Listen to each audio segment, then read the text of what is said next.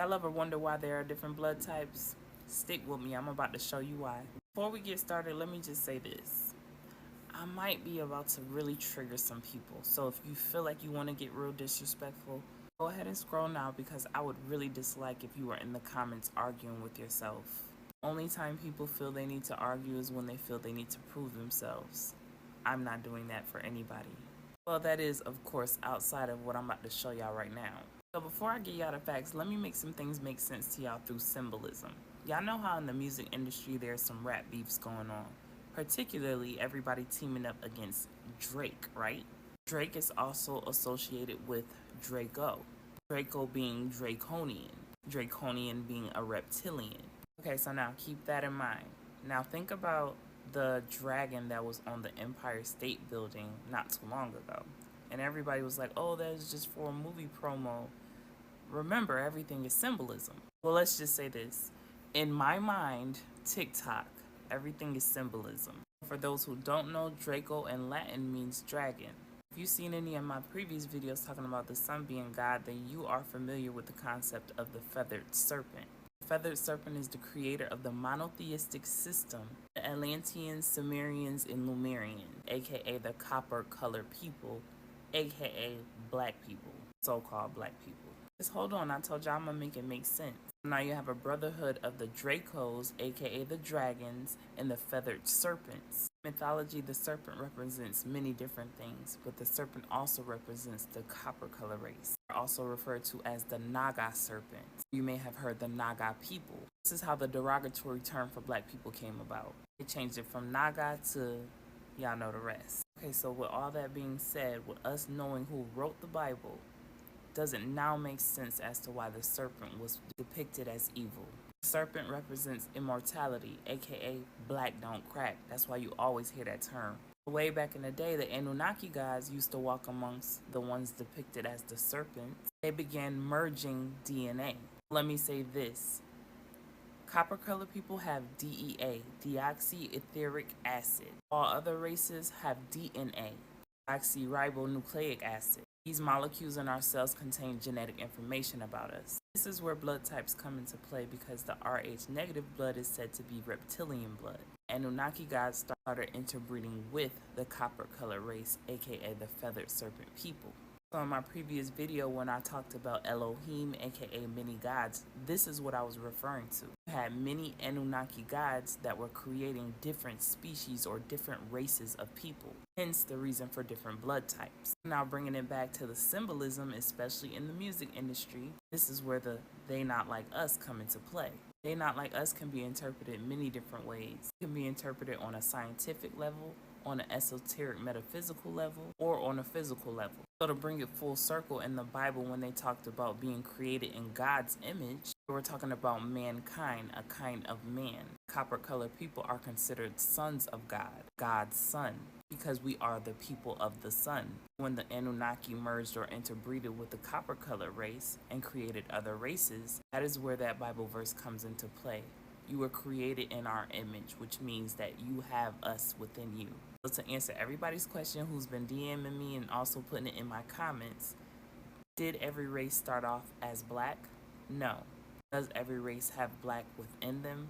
Yes. So-called black. Yes, because of eugenics. Now that we have all this cleared up, I'm going to go ahead and play a clip by B-Dell, who I love listening to. He's going to break down who's really running the show. It's just when you think you know, you have no idea. Because trust me, when I found this out, I was flabbergasted. Before I play this clip though, I think it's important to know, if you haven't watched my Son is God series, I truly urge you to do so. I also have a video breaking down my interpretation of the 144,000 and how that is a frequency. In order to reach that frequency, you have to reach true enlightenment. True enlightenment is the understanding that everything is you and you are everything. It means you are not separate from anything or anyone. Which also means that whatever I just told you about who was created by who, at the end of the day does not matter. For anyone who thinks that it does, that is root chakra energy. I used to be just like that. I think the sooner that people realize that identifying people by their skin color is something that is brand new. That is Western civilization behavior. And it was brought about to keep people divided, so that the entities in the next clip that I'm about to show you can continue pushing forth their agenda. It's just important to give y'all the facts. It's important to know where we come from, to know where we're going. Now let's get into this clip. Today we're going to be breaking down the complexities of the esoteric infrastructure of the black nobility, who are black faces who hide behind the perception of the European power structure in the matrix system through eugenics programs, economic disenfranchisement, dehumanization, and Eurocentric theology that takes you away from your sovereign capacity as an indigenous person in the geographical landmass of America. So as I told you before, the unseen hand is the hidden hand, and the hidden hand is the black hand, and the black hand is the black nobility, right? So all throughout ancient history, all they did was a bait and switch. They did a bait and switch and gave you the false perception of Europeans being in power when really it's the black nobility who are black faces, right? So right here, you're looking at Charles V was actually a swarthy man, right? So all they did was a reverse of frequency, right? Inverted knowledge. In analogy and microbiology, you would know that you get the recessive from the dominant. You don't get the dominant from the recessive. So that you have to understand that they got their concepts of and ideologies of white supremacy from black people who was already on the planet way before them, because they wasn't created until 4086 BC, right? So now we're going to get into some theological context, because all this is basically prophetic, right? Now, when you go to the L's Holy Injil, which is basically a transliteration of the book of Revelation, and you go to Revelation 17:17, right? It says verbatim that the evil reptilian that is going to give their kingdom to the beast. Now, who is the beast, right?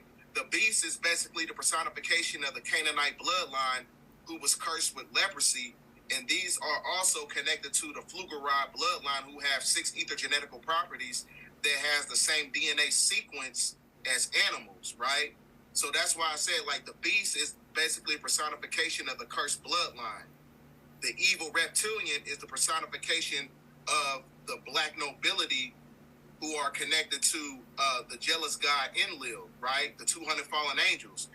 So as y'all can see, nothing is what it seems. And as Bedell said, everything is inverted, which just means when they tell you it's up, it's really down. So in our mind, we thought that the 13 families were the ones running the show, when in reality it's the black reptilians. So in my previous video where I talked about them walking amongst us every single day, that's absolutely true, because we are them. If you know about duality, you know that there's good and bad in all things. So yes, while you have some negative reptilians, you also have benevolent reptilians. This is why they consider part of your brain the reptilian brain. Reptilian brain controls our instinctive behaviors such as sex, aggression, and power. 3 very things that we see in our society on a daily basis. As I mentioned to y'all previously, the true way to enlightenment is through love. So whether you're an original being created by Grandmother Aya herself, or if you were created by the Anunnaki gods by the way of eugenics, the true and only vibration is love. So instead of worrying about who created what or who was here first, come to the realization that you will never be free with that mindset.